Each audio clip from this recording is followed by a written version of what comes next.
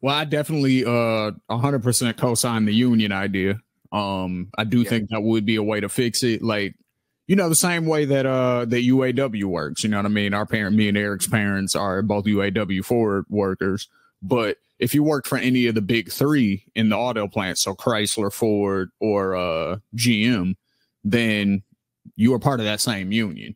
So the music industry realistically could function very similarly. Like if you're signed to Def Jam or Warner or Sony or, you know, one of the big labels, then you are also a part of this union. So that way, you know, because I think that could help with a lot of different things. That could help with artists like in retirement situations, because all of them don't retire rich.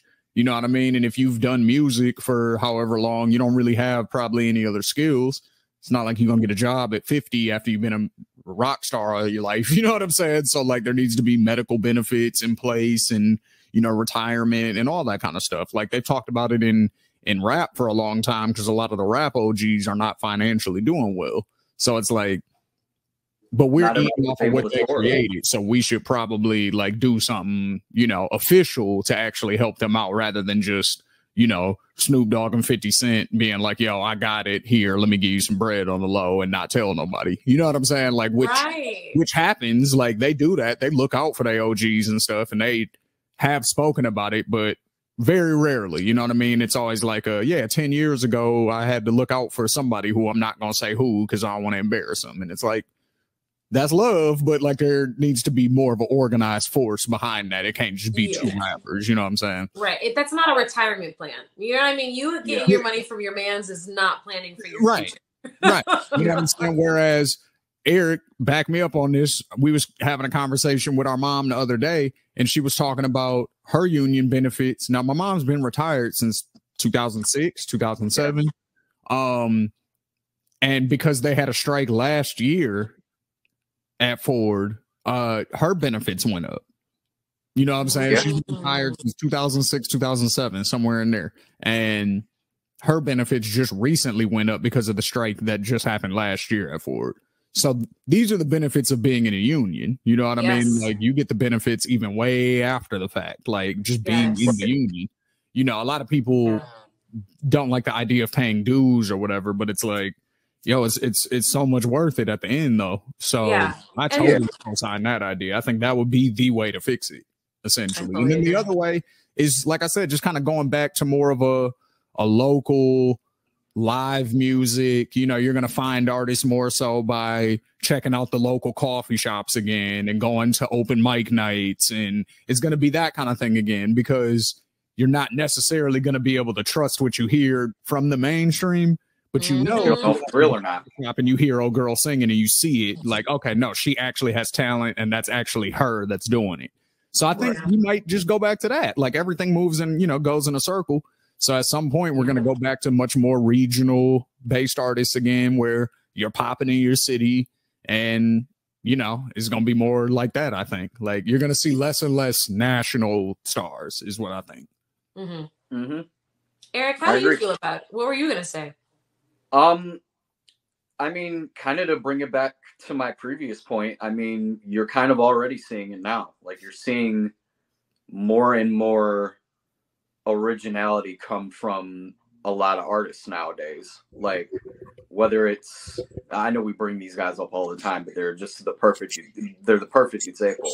When you bring up artists like Griselda and the run that they've been on the past couple of years, and how they came out during a time when their sound was not the popular sound at all, really, in rap.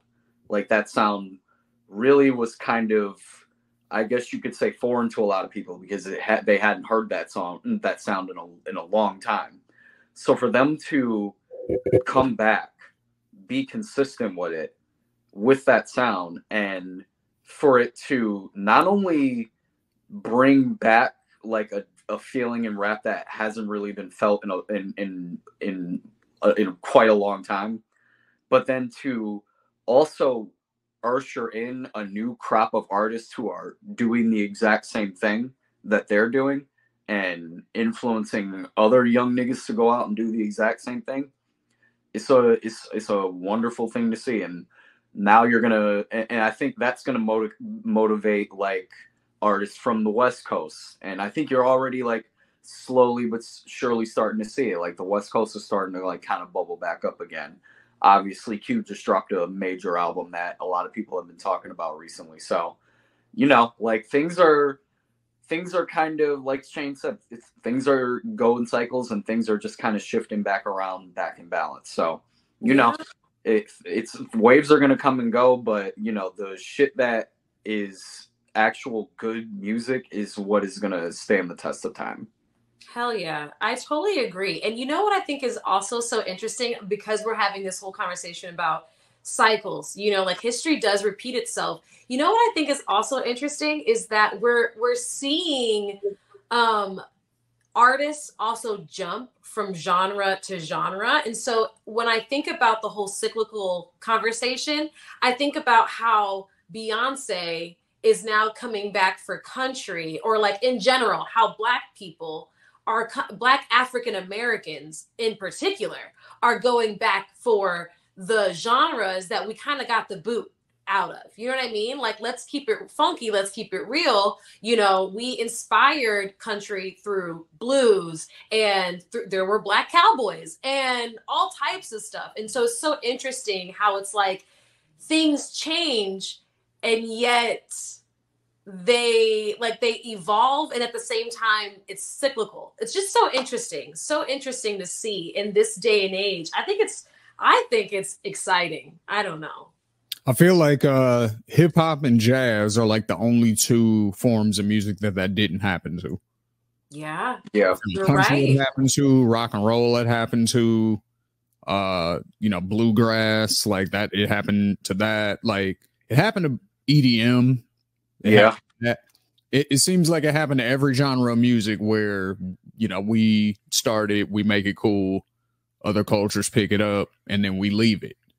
Because we're like, oh, it's not cool no more, because it's not just you know what I'm saying? We're the trendsetters. I swear, when it comes to African Americans, we're the trendsetters, or even just Black people in general. Like in Africa, I've been hearing about people who are American, you know, Black African Americans going back to Africa, like places like Ghana and stuff, and being like, look, this is about to be the next new thing. Like, this is where we're all going to start hitting up. You know, we're not doing Miami no more. Apparently Mexico's about to be out.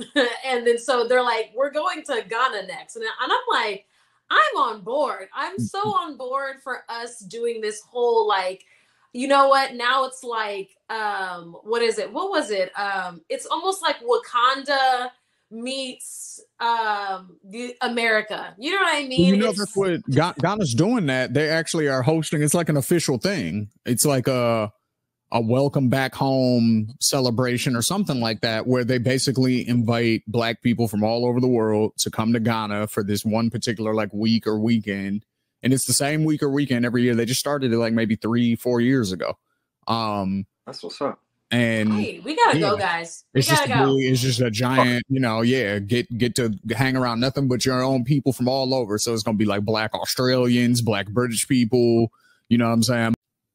Yo, if you like that clip, make sure you become a member today at patreon.com/Ethos Media Network. That's where you're going to find the full-length episodes of every single podcast. A Trip to Venus, Entreprenegros, OTI Open to Interpretation, of course, the bar exam, and you're going to get exclusive interviews on Politics as Usual over there as well. So make sure you become a member, patreon.com/Ethos Media Network. Peace.